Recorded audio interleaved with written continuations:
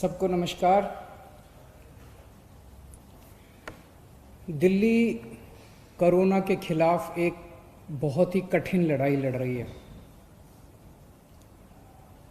आपका मुख्यमंत्री होने के नाते मैं आज आपके सामने इस कोरोना के खिलाफ दिल्ली का जो अभी तक का संघर्ष रहा है उसको संक्षेप में रखना चाहता हूँ।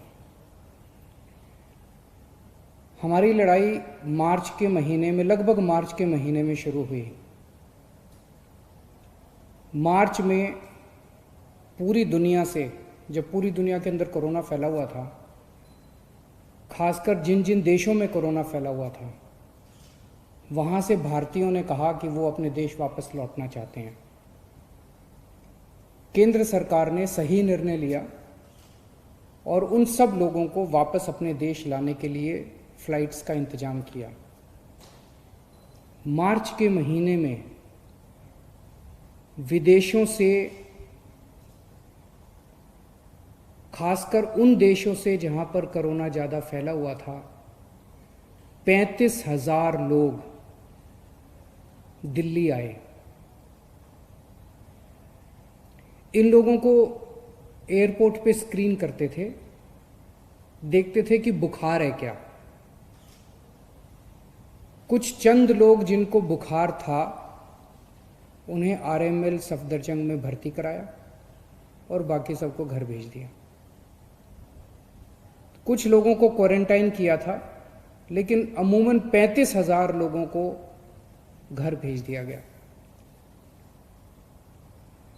जाहिर है कि ये जितने लोग अपने अपने घर गए उस टाइम, और ये सब उन दिनों कोरोना के बारे में जानकारी कम थी, गाइडलाइंस कम थी, ये सब लोग अपने अपने घर गए और जाहिर है कि एक से दूसरे को, दूसरे तीसरे को कोरोना फैलता गया। उन दिनों में तो टेस्टिंग किट भी अवेलेबल नहीं थी, उन दिनों में तो टेस्टिंग लैब भी नहीं थी, टेस्टिंग भी नहीं हो पाती थी। फिर लॉकडाउन हुआ और लॉकडाउन की वजह से लोग अपने अपने घरों में थे, इसीलिए कोरोना थोड़ा कम फैला। मई के अंतिम हफ्ते में जब लॉकडाउन खुलना चालू हुआ तो उम्मीद थी कि कोरोना थोड़ा फैलेगा, कोरोना थोड़ा बढ़ेगा। 15 मई के आसपास से हम देखते हैं कि दिल्ली के अंदर कोरोना बड़ी तेजी से बढ़ने लगा। जब लॉकडाउन खुला तो ऐसा उम्मीद थी कि कोरोना के केसेस बढ़ेंगे, लेकिन कोरोना के केसेस उम्मीद से कहीं ज़्यादा तेजी से बढ़े और जून के पहले हफ्ते में आते आते, फर्स्ट वीक ऑफ जून में, दिल्ली के अंदर हमें बेड्स की कमी नज़र आने लगी, टेस्टिंग की कमी नज़र आने लगी। और बेड्स की कमी होने की वजह से जब कुछ लोगों को बेड्स नहीं मिल पा रहे थे तो मौत का आंकड़ा भी बढ़ने लगा। तब हमारे पास दो ऑप्शंस थे। एक ऑप्शन था लॉकडाउन दोबारा लगा दिया जाए, हमने बहुत सारे लोग। दूसरा ऑप्शन था कोरोना से लड़ा जाए। जनता से पूछा, जनता का कहना था कि लॉकडाउन कब तक रहेगा, कभी ना कभी तो लॉकडाउन, आज नहीं तो कल, कल नहीं तो परसों, 1 महीने बाद, 2 महीने बाद लॉकडाउन तो खोलना पड़ेगा। तो निर्णय लिया गया कि कोरोना से लड़ेंगे, कोरोना से मिलकर सामना करेंगे, सारी दिल्ली के लोग मिलकर कोरोना का सामना करेंगे, कोरोना से युद्ध करेंगे। और तब ये पूरा प्लान बनाया गया और कोरोना से युद्ध में 5 हथियार तैयार किए गए। पहला हथियार, बेड्स की संख्या बढ़ाई गई। हमने देखा कि लोगों को कोई एक अस्पताल से दूसरे अस्पताल में दौड़ रहा है, दूसरे से तीसरे में दौड़ रहा है, बेड्स नहीं मिल रहे हैं, बेड्स की बहुत कमी है। मेरे पास रात रात भर फ़ोन आते थे, मैं रात रात भर जाग के लोगों के लिए बेड्स का इंतजाम करता था। पिछले कुछ दिनों से फ़ोन आने बंद हो गए हैं। पिछले 1 महीने में हमने दिल्ली के अस्पतालों में कोरोना के मरीजों के लिए बहुत बड़े स्तर के ऊपर बेड्स का इंतजाम किया है। हमने सबसे पहला निर्णय लिया कि दिल्ली के सारे बड़े अस्पतालों में कम से कम 40% बेड्स कोरोना के मरीजों के लिए रिजर्व कर दिए। दूसरा बड़ा निर्णय लिया, दिल्ली के कुछ एक चंद बड़े अस्पतालों को, प्राइवेट और सरकारी अस्पतालों को पूरी तरह से कोरोना अस्पताल डिक्लेयर कर दिया गया।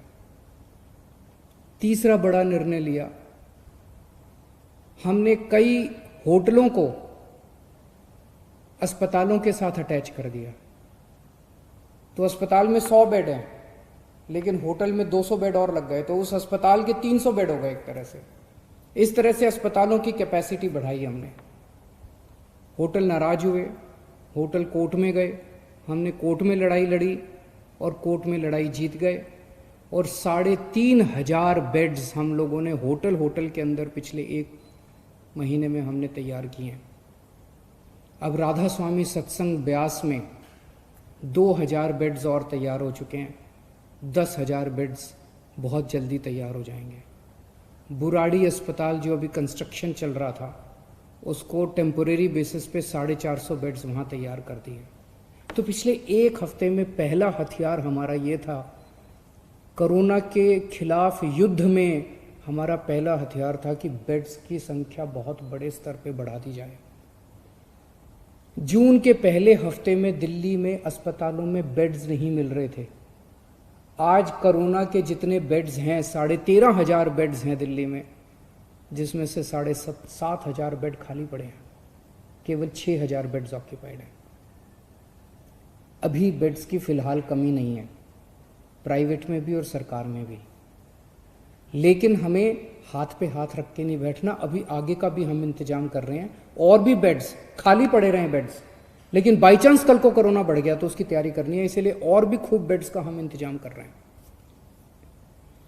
दूसरा हथियार हमारा था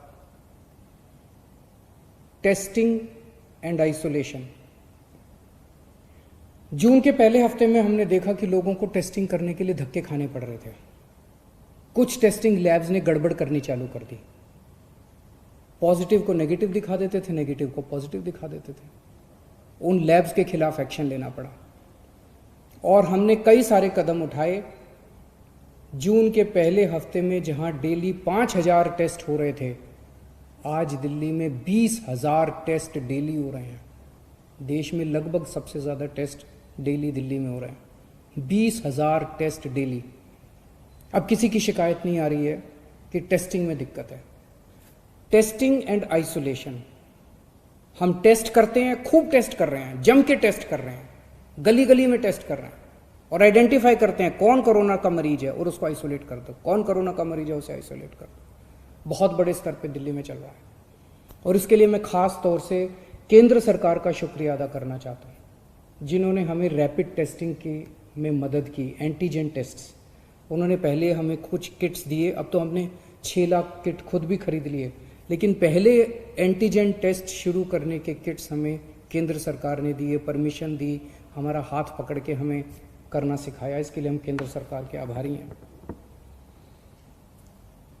तीसरा हमारा हथियार था कोरोना की लड़ाई में, तीसरा हथियार है oximeters and oxygen concentrators. Corona में सबसे बड़ी दिक्कत होती है कि ऑक्सीजन की कमी हो जाती है, और ऑक्सीजन की कमी होने से आदमी की डेथ हो जाती है। तो हमने जितने लोग घरों के अंदर अपना इलाज करा रहे हैं, सबके घरों में ऑक्सीमीटर भेज दिए। ऑक्सीमीटर होता है, उससे आप अंगूठा डाल के और पता कर लेते हो कि आपके अंदर ऑक्सीजन कितनी है। तो हमने सारे पेशेंट्स को बोला वे घंटे 2 घंटे में अपनी चेकिंग कर लेना, अगर आपकी ऑक्सीजन का लेवल कम हो हमें फ़ोन कर देना, हम आपके घर ऑक्सीजन भेज देंगे और आपको अस्पताल में शिफ्ट कर देंगे।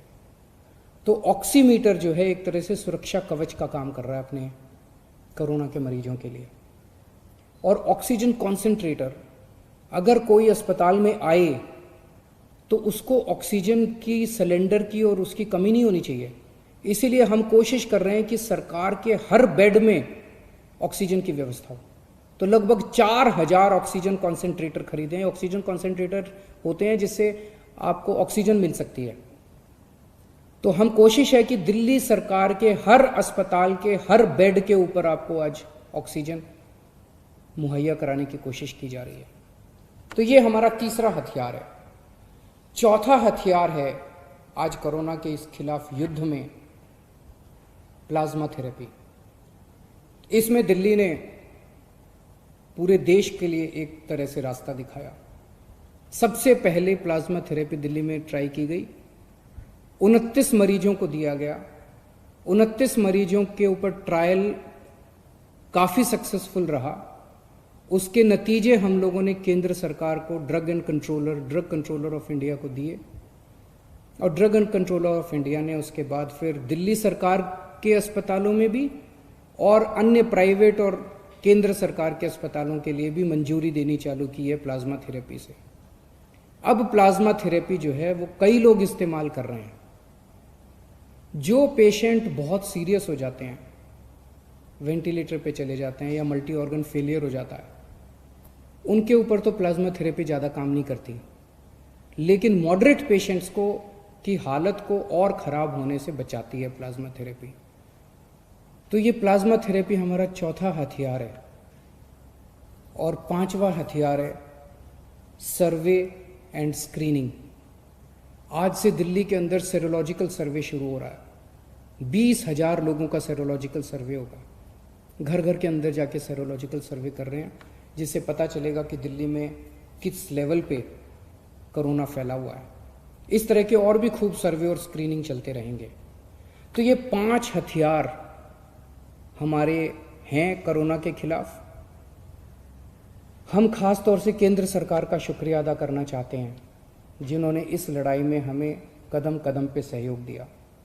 हम मीडिया का शुक्रिया अदा करना चाहते हैं, जिन्होंने हमारी समय समय पे कमियां बताई, गलतियां बताई, ताकि हमें मौका मिला उनको सुधार करने का। बहुत सारी समाज सेवी संस्थाएं हैं जो हमें इस पूरी मुहिम के अंदर दिल्ली वालों की मदद कर रही हैं। जीत निश्चित है, लेकिन जीत कब होगी ये नहीं कह सकते। कोरोना हारेगा, दिल्ली जीतेगी, और ये 5 हथियार खूब कारगर साबित हो रहे हैं। बहुत बहुत शुक्रिया।